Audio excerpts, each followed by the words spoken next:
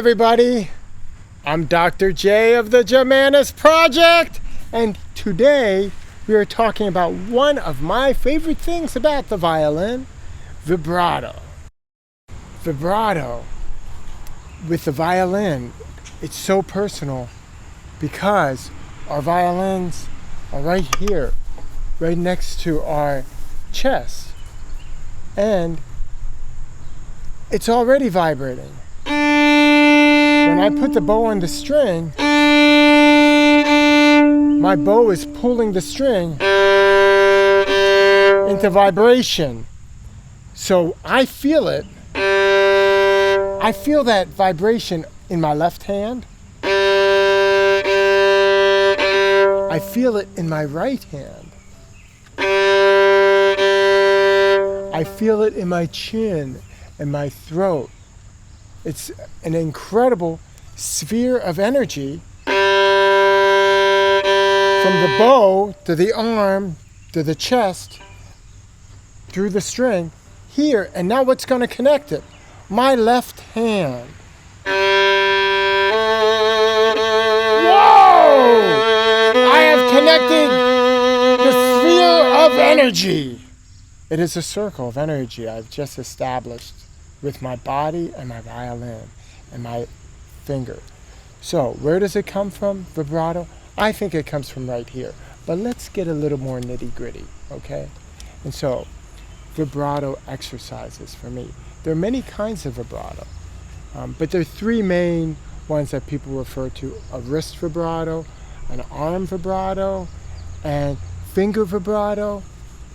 And then I guess there's a little bit of this and a little bit of that vibrato. That's the kind of vibrato that I use. So let's just talk about it. I actually learned my vibrato first from a teacher. He was in the same studio as Jascha Heifetz. So his teacher, Leopold Auer, taught him that kind of arm vibrato. So he taught me, okay, you do not move your wrist. It's all one bar. And that's how I learned at first. But then eventually changed. I used an all wrist vibrato after that.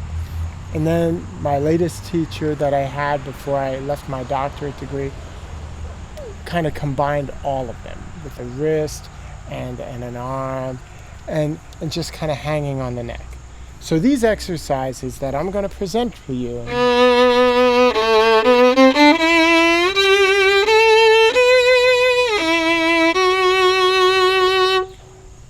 enable us to have a vibrato that's kind of relaxed sounding and incorporating everything. The first exercise, actually the first two exercises, are without the violin. So I have my left hand here, which is where the vibrato is being charged.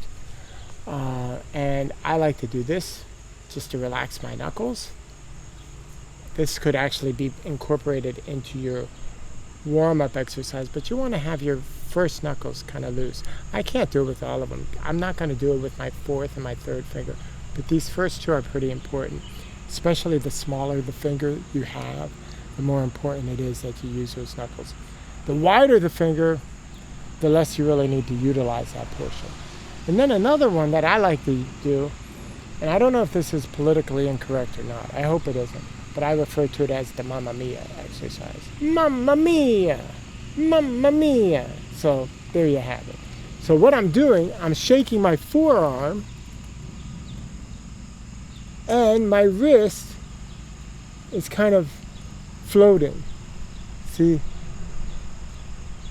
That's kind of, it's like a slow motion. It's more like, Mamma Mia! It's kind of like that. Okay? So those are the two.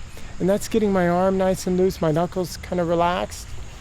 Then another one that I do is having my violin here in rest position, kind of more like a guitar. This one, because it's a little easier to simulate hanging on the neck, because you will want to do that. Because with vibrato, cellists, I always think, I wish I played the cello, because they have that ability to just hang their arm on the neck. And I'm sure it's difficult in its own way, but many cellists make it look so easy and beautiful, whereas many violinists can make it look so awkward. So we want to simulate the hanging. But here, what I'm doing, I'm just hanging my arm on the neck and keeping my thumb, not gripping, but I'm doing each finger. You notice it's a very simple, and then I can also do this up and down, and then bit by bit get a little closer and narrower, and there I am. I'm not worried about where my finger is. My thumb is very gentle on the neck. It's still there. It's not moving all around, but it's kind of using the skin. You can also do this when you put it, I'm just trying to figure out, I'm gonna put my bow down. If you want to do this in your hand, the thumb can be there. You can just practice it because the skin has a nice elasticity. At least mine does. And you can kind of feel that motion. It helps the fingertip have that. So those are two exercises, the neck glide and the kind of the like a guitar neck hang, I guess it would be, with each finger. And those are done without the bow, with the violin in rest position. And I really do think they help. Actually, I know they help because my students improve a lot with their vibrato. But you have to be careful with the thumb. Do not grip with the thumb. And also, this part, I'm going to emphasize, I would not pop away from the neck. This is something that I know might be contradictory to what you've heard, but popping away from the neck puts a lot of pressure on the thumb and can tighten you up right here. I'd keep it nice and balanced and keep it very loosely on the side of the neck like that. So it can glide. That's why we call it a neck glide. The next exercise involves the violin and the bow. And this is a slow, well, there are a number of exercises we can do in this, but I would do the same thing with the neck glide. And this gets a little more difficult. Don't think that this is going to be easy. Once you incorporate the bow, you've incorporated another element, even though, yes, the bow and the violin are one instrument, but they're operating with different arms, so it can be hard. And so anyway, fast neck glide.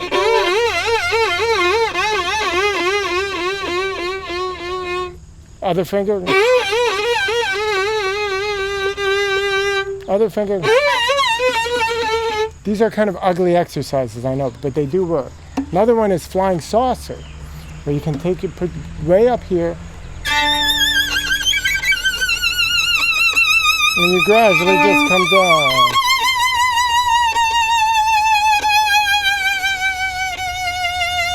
Into maybe first position.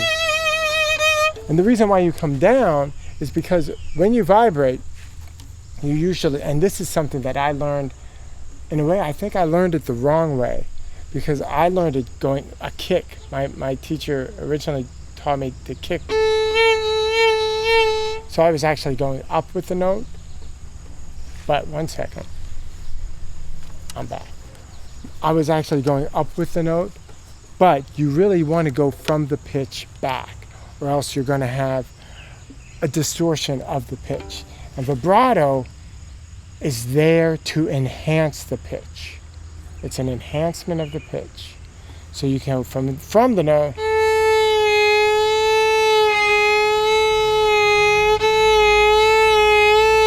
and back. Okay, so we have the neck glide, the flying saucer, and then this is called the measure roll. And so and you can do it probably third position is the easiest. By the time you're learning vibrato, you're going to be doing third position probably. That's not a requirement. You do not have to know third position before you start vibrato. And I did miss one, the in-out. The in-out goes like this. You put your finger on the string,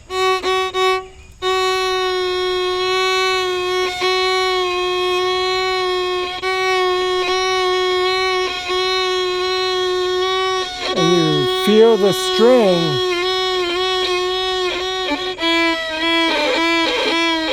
it can get kind of ugly because basically you're relieving the pressure from the string. But you're feeling the vibration in the string. And that string, the vibration is going to just kick it. So eventually what you have is this, which is kind of like a finger vibrato. Then you incorporate the measured roll, which is this. And we do 2, 3, 4, and 6. That's how I have it set up. 1, 2, 3, 4. 1, 2, 3, 4. 1, 2, 3, 4. 1, 2, 3, 4.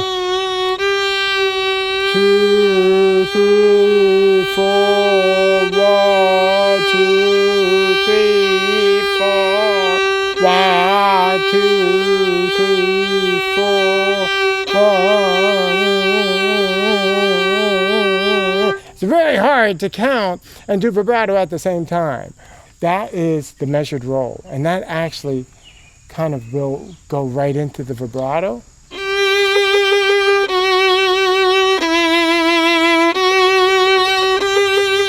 And there's another kind of vibrato that we haven't even gotten to for another episode, bow vibrato. Exercise 11A of Dunas. Incredible. We'll talk about that when we put that together with the left hand. But finally, I'd like to say to ease it up, because I learned with a lot of teachers that didn't hold their instruments up with shoulder rests. We use no shoulder rests. And you also want to simulate the idea of hanging on the neck, because that's very important. But we're really not able to hang, or else we're going to be like this. So I put a little protection on the end of my scroll. Usually it's on a wall, but because we're outside in this beautiful land called Kukulade, I'm able to hang my hand. I just kind of lean into the scroll. I hang on the neck.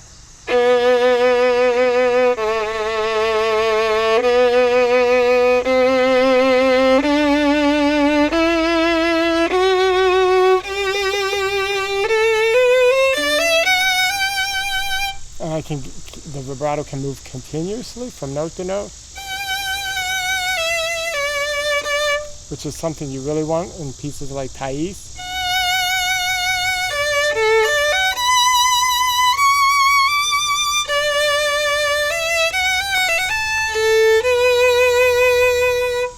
And basically, in most of your playing, you want vibrato to be kind of the norm, whereas non-vibrato is a special effect, especially in today's age, which was heralded in by none other than the great Fritz Kreisler, when we started using vibrato on a continuous basis.